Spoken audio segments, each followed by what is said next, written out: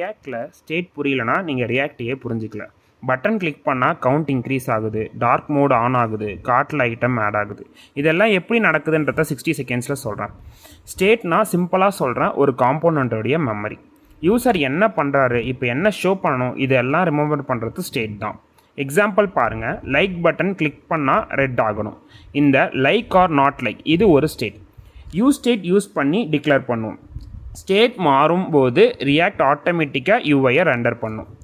நீங்கள் யூஐயை மேனுவலாக அப்டேட் பண்ண தேவையே இல்லை. ஸ்டேட் மாற்றுங்க, ரியாக்ட் யூஐ ஹேண்டில் பண்ணும். இதுதான் ரியாக்டோட ரியல் மேஜிக். வேரியபிளில் ஸ்டோர் பண்ணால் என்னன்னு கேட்குறவங்க இருக்காங்க.